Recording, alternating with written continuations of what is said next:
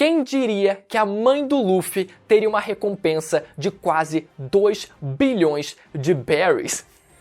Agora sério galera, a gente viu como o Crocodile e o Mihawk conseguiram desbancar por completo as recompensas dos comandantes de Yonkou. O Mihawk nem se fala porque bom, é um caso à parte ele, mas mesmo o Crocodile ele conseguiu desbancar até ele sozinho, desbancar completamente as recompensas dos chamados primeiros comandantes de Yonkou, que ficavam numa média de cerca de 1 bilhão até 1 bilhão e meio de berries. No caso do Luffy aqui principalmente, né, que ele conseguiu, depois de derrotar o Katakuri, que era um primeiro comandante de Yonkou, conseguir essa recompensa de 1 bilhão e meio, com uma certa ajuda do Morgans, que né, deu aquela sensacionalizada nos eventos de Holy Cake, e assim a recompensa do Luffy ganhou um buffzinho a mais ali para ele conseguir alcançar esse patamar de 1 bilhão e meio. Só que o Crocodile, sem nem sequer ser reconhecido como líder que era para ser, né,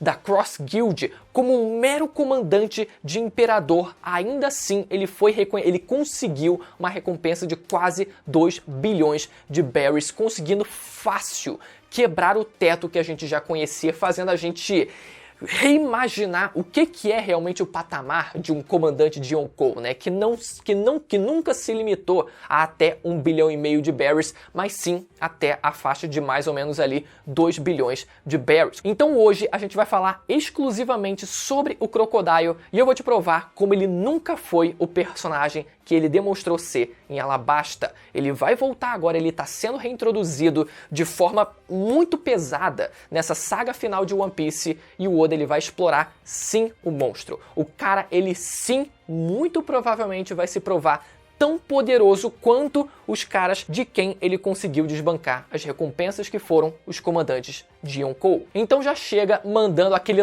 espada no botão de se inscrever e de ativar o sininho, galera, para não perder os vídeos que saem toda semana sobre o universo de One Piece. Bora lá! Galera, o grande primeiro ponto sobre essa discussão é sobre como o One Piece foi criado para ser uma obra que iria durar apenas 5 anos, galera, e seria só uma luta contra os imperadores diretamente, depois que o Oda ele decidiu introduzir o Shichibukai, e por esse motivo inclusive que o Oda ele julga que o One Piece tenha se tornado tão longo. Ele inclusive falou isso em entrevista, né? Ele falou que era para ser uma luta direta contra os imperadores. Depois ele introduziu o Shichibukai e ele culpa eles por fazer One Piece se tornar tão longo. O que não significa que a culpa seja inteiramente deles, até porque não é só a luta contra o Shichibukai que é tão longa, como a gente viu, por exemplo, em Wano, né? Que é uma batalha contra não só um imperador, mas 2 imperadores, e foi o maior arco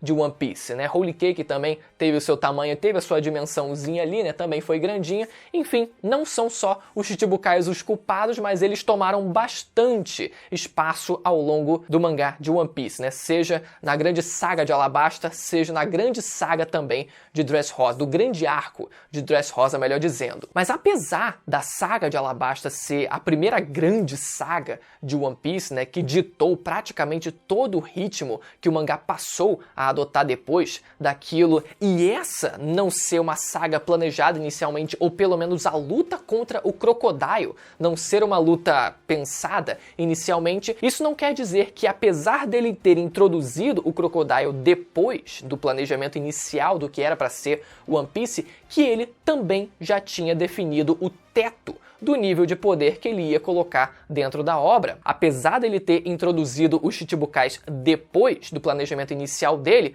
pode ser que o teto de poder tenha sim crescido ao longo dos anos. O próprio planejamento do Oda, mesmo depois dos Chichibukais, normalmente se estendia mais do que ele planejava, né, conforme iam se passando os anos. Então isso pode também ter acontecido. E o que aconteceu, muito provavelmente, é que para os parâmetros daquela época, o Crocodile ele seria um personagem extremamente poderoso. Só que passaram-se tantos anos que o Oda ele precisa atualizar o nível de perigo que ele representava para uma história que seria mais condensada agora para uma história que dura seus 25 anos. Já na SBS do volume 33, o Oda ele diz que se o governo soubesse, né, que o Crocodile era o líder da Baroque Works, a sua recompensa seria pelo menos o dobro, ou seja, os 81 milhões que ele tinha passariam a ser pelo menos 162 milhões de berries, o que na época até poderia impressionar um pouco a gente, né? A gente ficaria, nossa, mas caraca, 162 milhões de berries, mas pra gente, agora nos parâmetros atuais, é nada, é simplesmente poeira. O Oda ele poderia facilmente ter dito ali naquela época que a recompensa do Crocodile seria pelo menos 10 vezes maior, que aí sim a gente ficaria, caraca!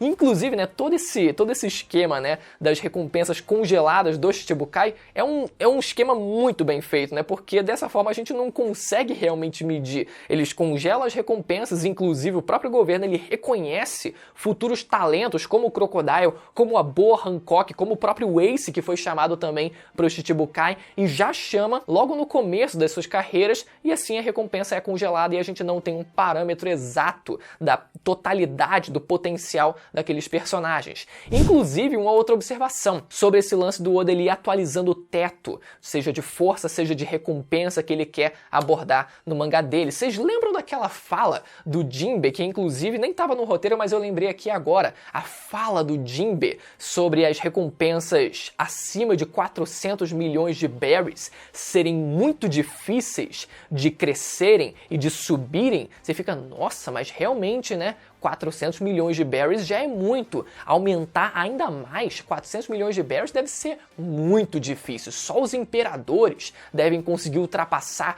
mais de 1 bilhão de berries em recompensa. E olha só, o Oda ele claramente, lá na época, se eu não me engano, que de Marineford, na Ilha dos Tritões, ele colocando uma fala como essa no Jinbe, que tinha uma recompensa acima de 400 milhões de berries, e ele mesmo diz, né, que acima de 400 milhões é muito difícil de você conseguir fazer a sua recompensa subir. Ou seja, mesmo na Ilha dos Tritões, cerca de 10, 11, 12 anos atrás, o Oda ele parecia que não tinha a intenção de extrapolar tanto assim, seja nas recompensas, talvez até também em relação ao nível de poder desses personagens. A gente viu também como o Crocodile alegou que conseguiu masterizar a sua Akuma no Mi na luta contra o Luffy em Alabasta. Não que ele tenha masterizado na hora da luta, mas ele já tinha masterizado a sua fruta antes. E somado à informação de Impel Down, onde foi ele quem introduziu pela primeira vez o conceito do despertar pra gente, né, mencionando os guardas de Impel Down, conseguindo reconhecer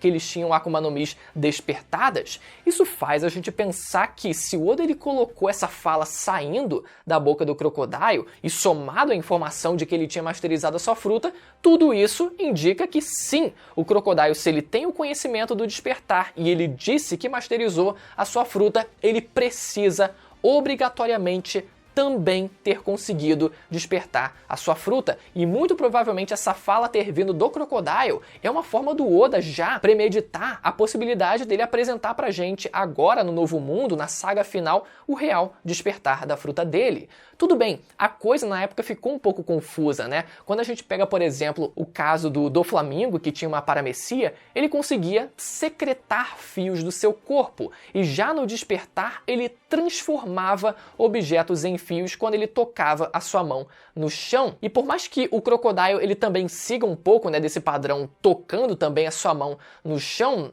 ele meio que faz a mesma coisa que a essência da fruta dele faz também. Ele toca qualquer coisa com a sua mão direita e assim ele consegue remover a umidade daquele objeto ou daquela pessoa. Então, qual será exatamente o despertar da fruta dele, né? Será que vai seguir um pouco do padrão do que a gente viu em Punk Hazard, com o Akainu e o Aokiji conseguindo mudar eternamente o clima daquela ilha? Isso a gente inclusive não sabe se é realmente resultado do despertar deles, mas tudo indica que seja, né? Convenhamos. Pode ser, inclusive, que a própria criação do deserto de Alabasta tenha sido fruto de um despertar também, não do Crocodile, mas sim, quem sabe, de algum antigo usuário da fruta da areia, que conseguiu ali desertificar por completo aquela região, aquele país. E pode ser, inclusive, que o Crocodile ele consiga reproduzir também um feito como esse, que provavelmente foi feito em Alabasta. Inclusive, a própria ilha Raidin aqui, se vocês não lembram que chove raios constantemente e sem parar, muita gente acreditava, inclusive, que era o Enel que estava lá, né? Que tinha voltado pro mundo de One Piece e tomado aquela região da ilha Raidin, mas que sempre foi, na verdade, há muito tempo ela já chovia raios daquela forma, mas que também pode ter sido resultado do despertar de algum antigo usuário da fruta do raio. Mas enfim, a gente viu como em Marineford ele teve um destaque absurdo contra os figurões, seja contra o Doflamingo, seja contra o próprio Mihawk, seja contra o Akainu. O Oda ele colocou ele fazendo coisas e batendo de frente contra figurões. Por mais que, cara, deixasse a gente confuso, mas peraí, é o Crocodile, o cara que perdeu pro Luffy em Alabasta, como que ele tá ali disputando Clash, disputando pesada ali com o Doflamingo, cortando e dando um blitz ali, de certa forma, no Akainu. E por fim, a criação da Cross Guild, com o Crocodile e o Mihawk conversando e negociando de igual para igual. Ambos os líderes da Cross Guild. Não o Mihawk sozinho, mas sim os dois negociando de igual para igual. Lá sobre o Bug, né? Zoando com a cara do Bug ali. O que você tá fazendo ali? Por que tua cara tá maior no cartaz da gente, né? Da Cross Guild. E inclusive o próprio bando do Bug cogitando, caso o Bug morresse, passar a seguir o Crocodile. Eles não mencionam o Mihawk, eles falam sobre passar a seguir o Crocodile, mesmo entre aqueles dois titãs. Eles escolhiam seguir o Crocodile. Isso porque, galera, eles enxergavam o Crocodile como alguém mais poderoso do que o Mihawk?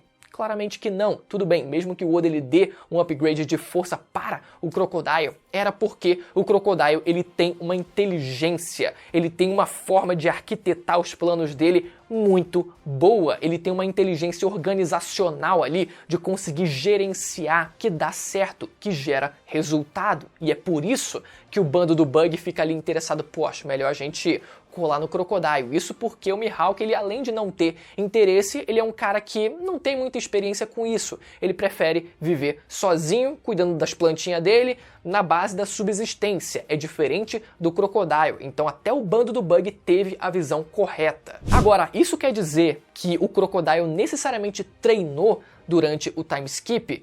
O Oda ele pode colocar isso como uma desculpa, né? Teve o time skip, o Crocodile ele treinou durante esses 2 anos, conseguiu ficar mais forte, quem sabe, mas é um negócio meio difícil da gente dizer, porque o Crocodile ele já tem seus 46 anos de idade e nessa altura da vida é muito difícil você ver determinados personagens evoluindo. Você vê personagens que alcançaram o seu auge, alcançando seus auges ali em torno dos 35 e 40 anos, ali mais puxado para os 35 anos. Depois, a pessoa basicamente dá aquela estagnada, permanece no seu auge, continua aproveitando ali o auge da sua força por vários anos, ou pelo menos 1, 2 décadas ali, e depois começa a ir decaindo. Então o Oda ele pode usar isso como uma desculpa, mas a verdade é que o Oda ele só quer que o Crocodile ele seja importante, ele quer que o Crocodile ele seja forte e represente a força que ele deveria representar no começo da história. E eu adoraria não só ver o despertar do Crocodile, como mencionei aqui, mas quem sabe até ver a famosa defesa absoluta, uma carapaça de areia ali para proteger o corpo do Crocodile. Tudo bem que ele já é feito de areia, então ele ter uma carapaça de areia talvez ficasse meio redundante, mas ainda assim seria maneiro pra caraca ver aquela carapaça de areia estilo Gaara, e além dele também conseguir enegrecer a sua areia com o haki do armamento, mesmo ele sendo uma Logia. A gente viu o caso do Aramaki, pouca gente inclusive mencionou isso, mas ele se autodenominou uma Logia e ele também conseguiu enegrecer as suas raízes, então por que não o Crocodile ele também conseguir enegrecer as suas areias? Afinal, são matéria. A gente não está falando aqui, por exemplo, de energia. Talvez logias que mexam mais com energia tenham essa dificuldade de enegrecer de fato os seus elementos, né? Como o caso da fruta do fogo ou a fruta da luz. Mas enfim, mesmo o Crocodile sendo uma Logia, é bem provável que ele consiga usar o seu armamento, que não foi nenhuma vez comprovado, não foi nenhuma vez afirmado que ele possua até então, mas